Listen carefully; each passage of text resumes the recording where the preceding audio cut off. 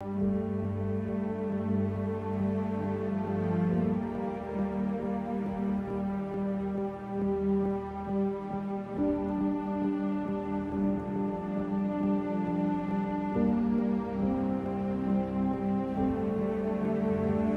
you go in the city of Lincoln, the medieval cathedral dominates the skyline.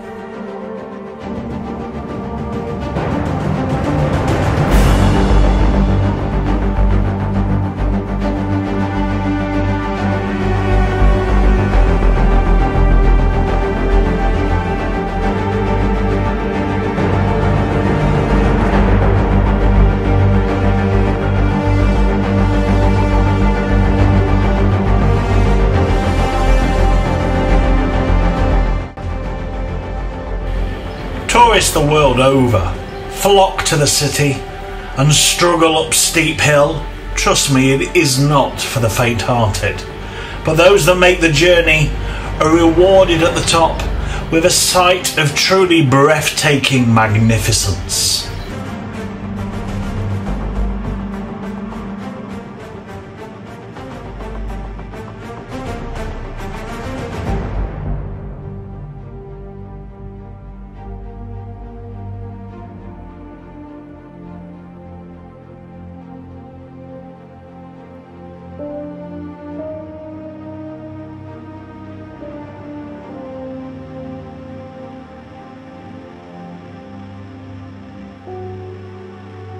Forget for a moment that Lincoln Cathedral was once the tallest building in the entire world.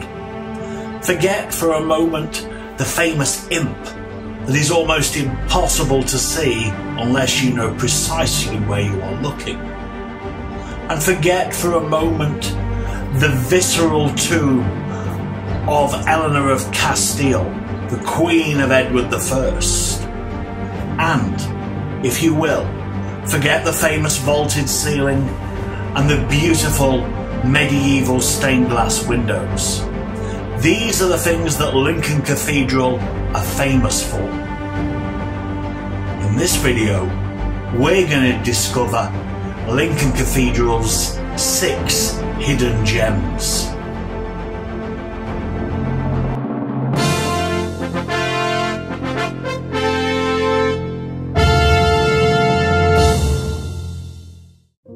The first of our 6 hidden gems lies outside the cathedral. It can easily be overlooked. After all, visitors are presented with this huge image of grandeur, and there are interesting things to see wherever the eye goes. But just above the huge west door, next to the entrance to the cathedral, lies the Gallery of Kings. These almost life-size carvings are meant to depict William the Conqueror all the way through to King Edward I. In many ways it's reminiscent of the famous King's screen inside York Minster. Before you rush inside, do be sure to stop and take a look.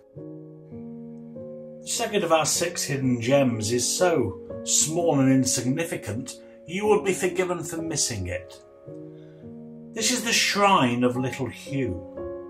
In 1255, a small boy called Hugh went missing. He was found murdered at the bottom of a well. Soon, rumours started flying around the city, and blame was apportioned towards the thriving Jewish community. There was absolutely no evidence of this whatsoever. There was horrific talk of ritual execution and other horrors. In the end, 92 Jews were arrested and taken down to London, where they were imprisoned in the Tower. 18 were hanged to death. There was no evidence against them whatsoever. The cathedral latched onto this idea, and they buried the boy within its walls and constructed a shrine around him. Pilgrims would visit and make offerings at the shrine. Essentially, all for profit. Anti-Semitism was rife in England at that time. Only a matter of years earlier was the horrific massacre of the Jews at Clifford's Tower in York. And in the year 1290, King Edward I made the decision to expel all Jews from the country. These days, the cathedral openly acknowledges its mistakes in the past and its role in this dreadful and terrifying story.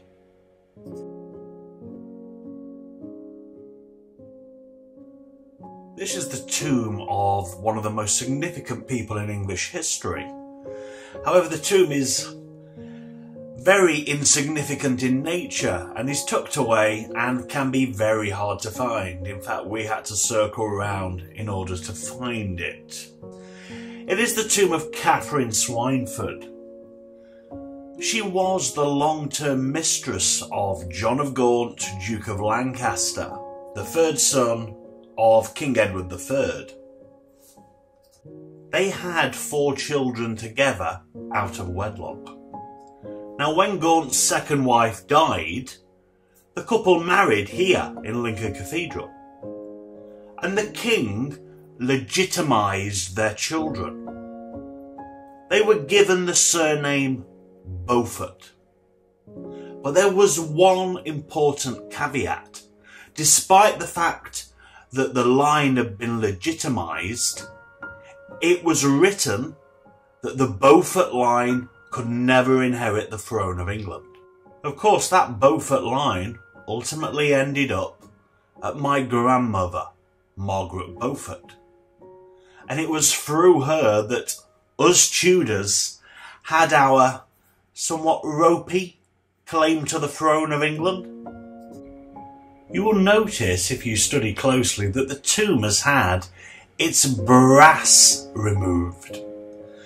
This happened during the English Civil War when the parliamentarian forces ransacked the cathedral. They used the brass for making weapons. When it was originally constructed, the tomb would have looked more like this. Incidentally, Catherine is buried next to her daughter, Joan.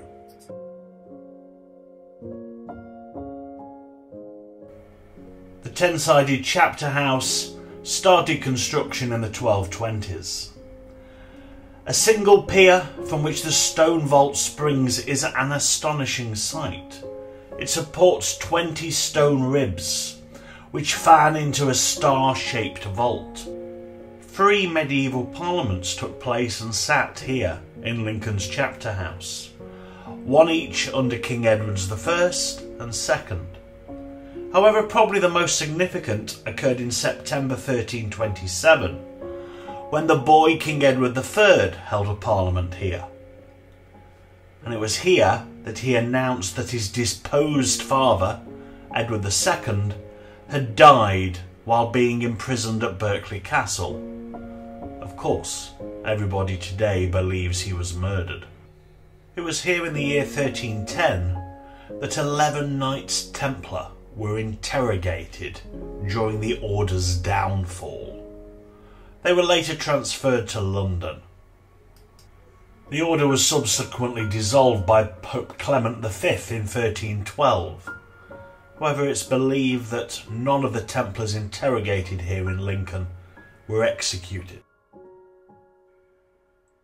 It was here in the chapter house that the rebels associated with the Lincolnshire Rising met in the year 1536 to await my reply to their demands. Suffice to say, they were not happy with my response, and hearing that an army was approaching, they very quickly dispersed.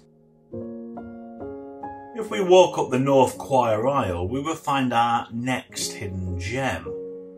However, like the majority of our hidden gems, it is very easy to miss. And as if by magic, we've already gone past it and missed it. So let's stop and turn around. This is one of the 2 Trondheim pillars. There is an identical one on the south choir aisle. The pillar has curling leaf shapes called crockets, decorating an inner column. There are only 2 like it in the cathedral. In fact, the only other place in the world that similar pillars exist are in Trondheim, in Lincoln Cathedral, the most northerly medieval cathedral in the world. The stonemasons' marks on the pillars here in Lincoln and the one in Trondheim indicate that they were probably carved by the same stonemason, or at least group of stonemasons, in the early 1200s. Our final hidden gem is this bizarre tomb. It is for Richard Fleming, who was Bishop of Lincoln between 1420 and 1431. It's one of the first examples of a cadaver tomb in England. Fleming is depicted twice upon it. On this bottom layer here, he's shown in a shroud as a cadaver, his body wasted away as death takes its toll. Then on the top, he's shown in all of his glory, as he would have been as a bishop, in his full mitre, robes. I hope you enjoyed visiting the 6 hidden gems of Lincoln Cathedral. Please take a moment and hit subscribe to enjoy more videos from us.